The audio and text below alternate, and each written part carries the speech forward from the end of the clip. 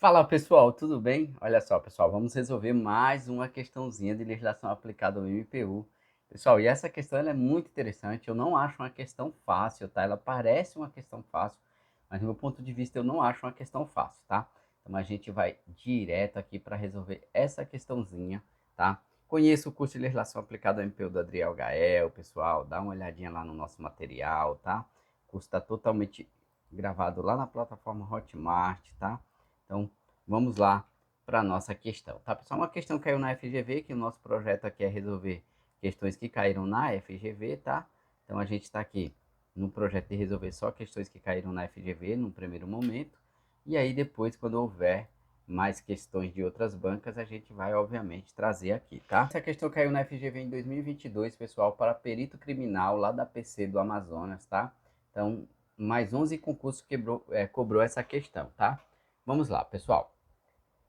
Inácio tomou conhecimento de que determinada indústria, ao desenvolver sua atividade, estava afrontando uma série de interesses transindividuais cujos titulares não eram passíveis de individualização. Por tal razão, dirigiu-se ao Ministério Público e solicitou a adoção de medidas judiciais cabíveis para tutelar esses interesses. Tá? Neste caso, à luz da sistemática constitucional, a solicitação de Inácio deve ser acolhida, pois compete privativamente ao Ministério Público a tutela desses interesses, rejeitada, pois a atuação do Ministério Público pressupõe prévia individualização dos interesses do titular do interesse, acolhida, pois compete ao Ministério Público, juntamente com outros legitimados, a tutela desses interesses, acolhida, incumbindo ao Ministério Público a obrigação de individualizar previamente os titulares do interesse, rejeitada, pois somente a Defensoria Pública, por imperativo condicional, pode atuar na tutela desses interesses. Pessoal, a gente está justamente diante de uma questão que vai falar da defesa dos interesses individuais indisponíveis, né? Dos interesses, na tutela desses interesses que está previsto, né, pessoal, no artigo 127 da Constituição,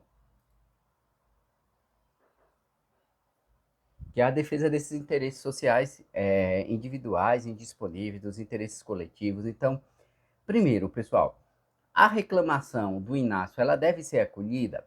Faz parte do Ministério Público defender? Por exemplo, é uma indústria, né, uma determinada indústria que, ao desenvolver as atividades, estava afrontando uma série de interesses transindividuais, né?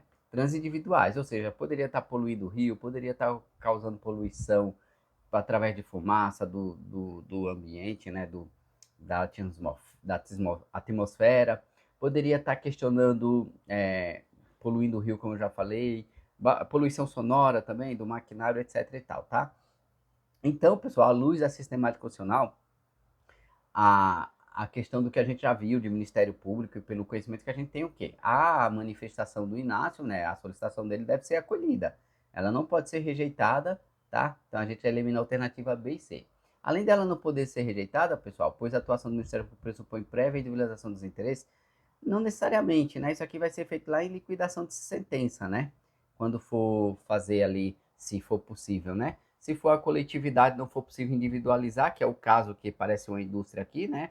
Você não consegue individualizar, né? A cidade toda, né? Então aqui você não consegue individualizar. A alternativa é rejeitada, pois somente a Defensoria Pública, por imperativo constitucional, pode atuar na tutela desses interesses. Não, pessoal, o Ministério Público também pode, tá? Tem uma série, MP também pode, tem uma série de legitimados, tá? Para tutelar os interesses lá, segundo a lei da ação civil pública, né? A lei da ACP, né?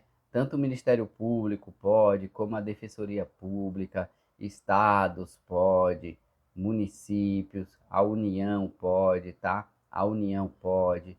Quem pode mais, pessoal? Entidades, né, associativas, né, associações, desde que estejam constituídas há mais de um ano, tá? Há mais de um ano, e no seu estatuto ali esteja a defesa dos interesses, né?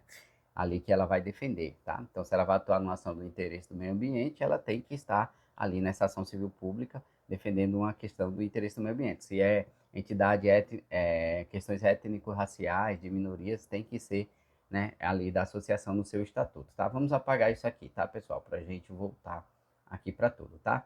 Então, a manifestação tem que ser acolhida, tá? Tem que ser acolhida.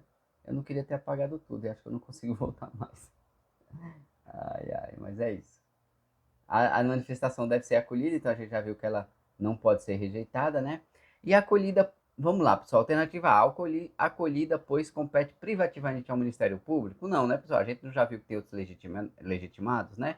Defensoria Pública, MP, associações, estados, municípios, União, associações e tal. Então, essa aqui também está errada, tá? Acolhida, pois compete ao Ministério Público juntamente com outros legitimados a tutelar esses interesses? Sim, né, pessoal? É exatamente a alternativa C, né? Compete ao Ministério Público e outros tutelados, e está lá no artigo 5º da Lei da Ação Civil Pública, tá? Essa previsão. Acolhida, incumbindo ao Ministério Público a obrigação de Eita! A alternativa D, pessoal. Acolhida, incumbindo ao Ministério Público a obrigação de individualizar previamente o titular dos interesses. Não, o Ministério Público não tem essa obrigação de individualizar, isso vai estar lá, né? Vai se dar na liquidação, quando for possível essa individualização, tá, pessoal? Então, normalmente, assim, não é 100% garantido. Por exemplo, lá em Brumadinho, foi possível individualizar a cada família, né, cada pessoa que foi atingida. Então, pessoal, por exemplo, lá em Brumadinho foi possível individualizar, né, ali, quanto cada família ia receber de indenização por parte da Vale do Rio Doce. Então, às vezes é possível individualizar, às vezes não é possível individualizar. E quando não é possível individualizar? Normalmente, pessoal, eles mandam lá, tá? Esse recurso para alguma entidade filantrópica, etc. E tal. No Ministério Público do Trabalho, eles mandam para o Fundo de Amparo ao Trabalhador, mas alguns procuradores, houve uma inovação jurídica, eles costumam destinar justamente para entidades, né? Entidades que desenvolvam suas atividades no município. Eu estava até, né, terminando a questão aqui, né? Eu estava até num diálogo com um colega de trabalho esses dias, justamente por isso. Por quê, pessoal? Por exemplo, eu estou aqui em Arapiraca lotado no MPT. Vamos supor que aqui tem uma empresa, né, que foi multada pelo Ministério Público do Trabalho, né, por uma determinada situação.